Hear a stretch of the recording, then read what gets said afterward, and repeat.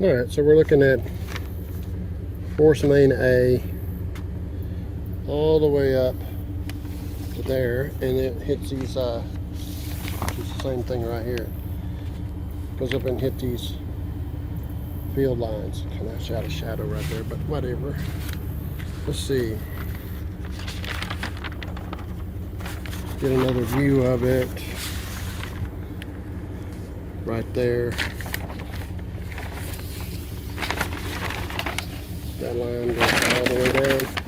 The wind's helping me turn pages. Let's see the one distribution box and the other.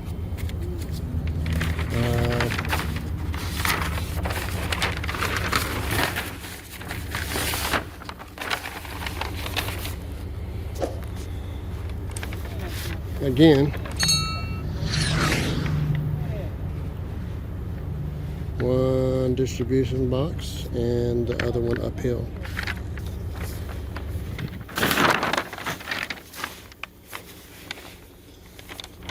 All to pump tank B. Pump 1, pump 2. We are going to have to figure out how to snake up to that. That's where I'm at.